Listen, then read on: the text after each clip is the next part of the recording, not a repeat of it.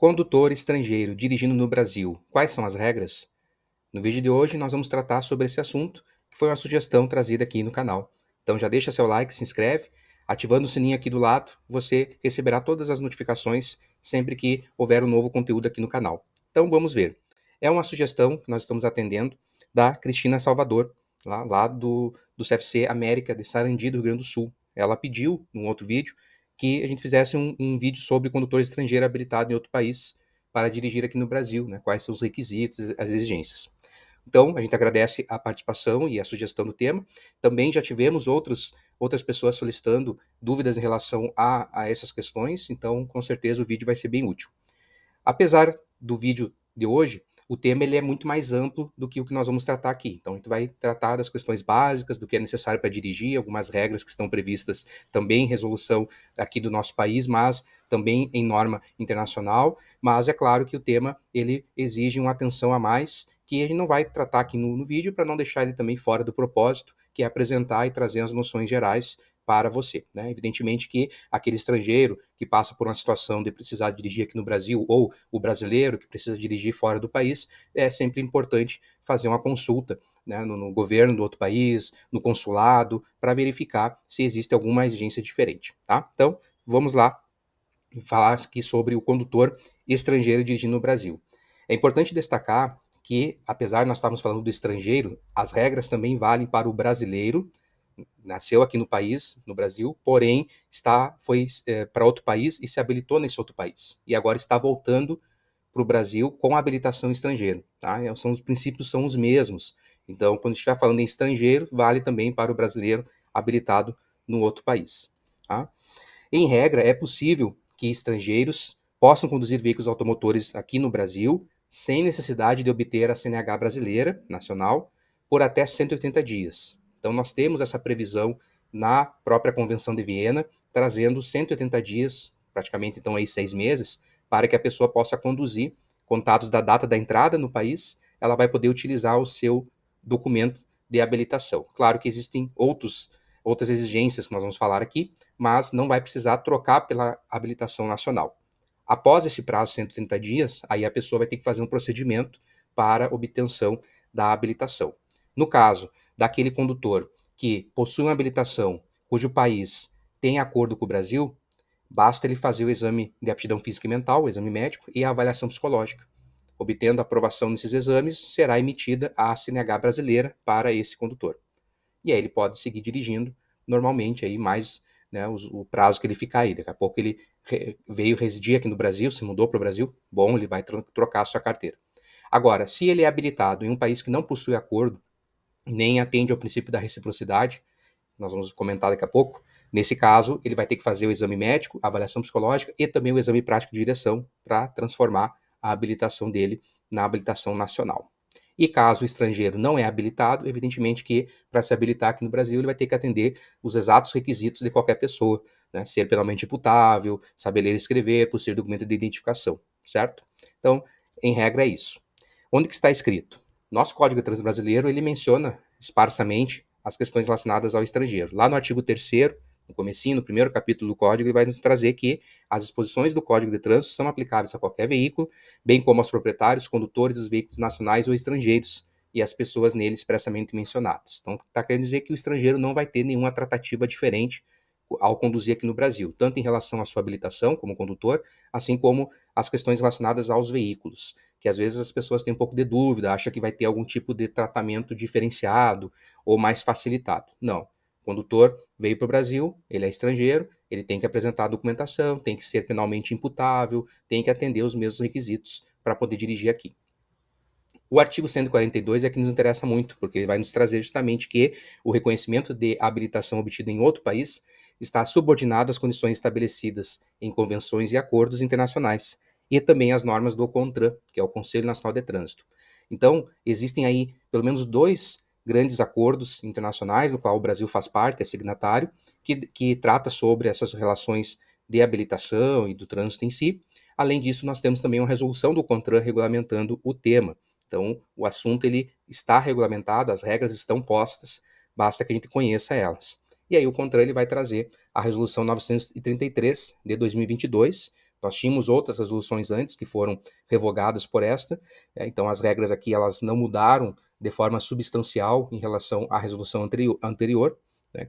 Mas ela vai trazer aí alguns pontos importantes. Então essa resolução ela dispõe sobre a habilitação do condutor estrangeiro que quer dirigir aqui no Brasil. E o artigo 2º vai nos trazer que o condutor de veículo automotor, oriundo de país estrangeiro e nele habilitado, desde que penalmente imputável no Brasil, então precisa ter 18 anos e ter as condições que são exigidas para conduzir no Brasil. Então imagine que no país de origem, esse estrangeiro ele pode se habilitar com 16 anos, ainda que ele tenha sua habilitação válida lá, aqui no Brasil ele não vai poder conduzir veículo automotor, porque o nosso país não aceita menores de 18 anos conduzindo veículos automotores.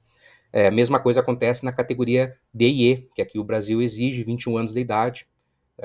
Pode ser que o estrangeiro tenha 20 anos, 19 anos, já tenha a categoria D no país dele, ele não vai poder conduzir aqui, vai precisar completar 21 anos para conduzir. Então, poderá dirigir no território nacional quando amparado por convenções ou acordos internacionais.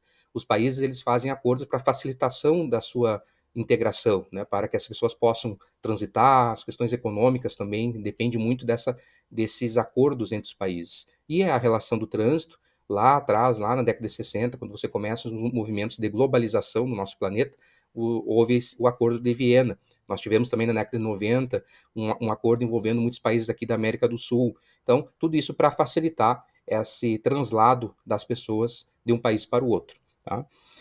E aí esses acordos, claro, têm que ser ratificados, ou seja, aceitos, né, e aprovados pelo país aqui, pelo Brasil. Né? E igualmente pela adoção do princípio da reciprocidade. É possível que o Brasil, um brasileiro, em relação a um outro país, possa conduzir lá com regras, ainda que não tenha acordo internacional, ou seja, o outro país não assinou a Convenção de Viena, por exemplo, mas ele tem um acordo bilateral com o Brasil.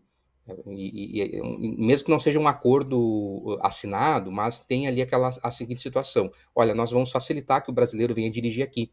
Então, em consequência, o Brasil também acaba facilitando para que o condutor daquele país possa dirigir aqui. É a reciprocidade, né? Eu faço por você aquilo que eu gostaria que você fizesse por mim. Assim também são as relações do direito internacional público. Então, quando os países, as nações, elas vão se relacionar, né, no direito internacional público a gente chama de estados, então estados vão se relacionar, eles têm esse princípio também.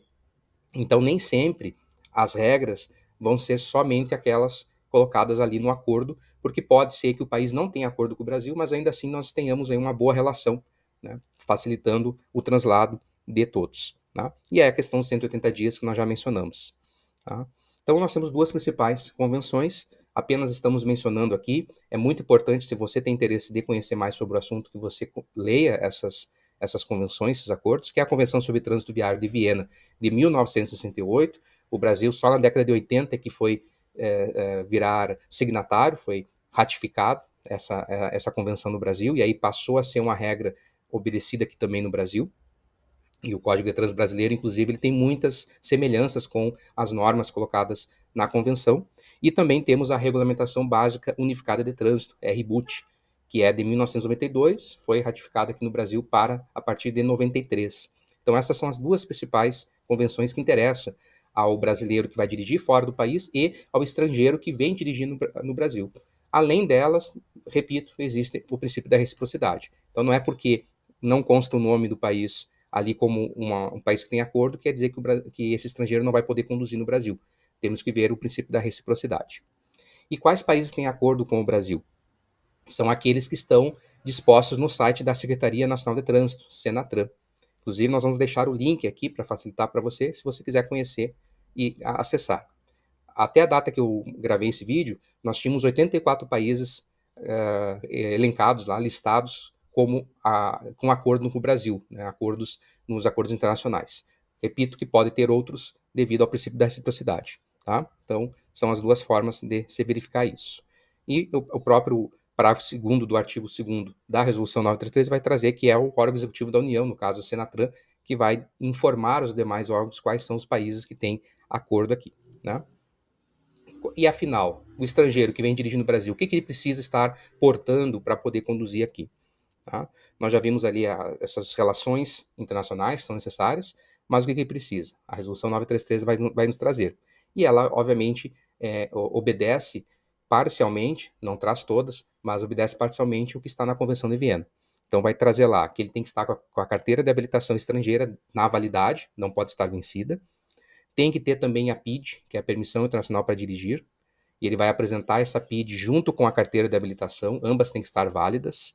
Tá? A PID ela é uma cartilha, um livreto, que consta habilitação em vários idiomas. Tá? Também tem que ter um documento de identificação. Então, olha só, além da carteira de habilitação do país, a PID e um outro documento de identificação, como se fosse um RG, como nós temos aqui no Brasil. Tá? E, além disso, tem que ter um documento que comprove a data de entrada no país, que geralmente o passaporte já resolve. Então, todos esses documentos a pessoa que está conduzindo aqui no Brasil precisa estar portando. Evidentemente que isso dentro dos 180 dias, porque posteriormente a isso ela transforma a habilitação dela na habilitação nacional e aí vale as regras normal aqui do Brasil. Né? E eu trago aqui para você as infrações que estão relacionadas a esse tema.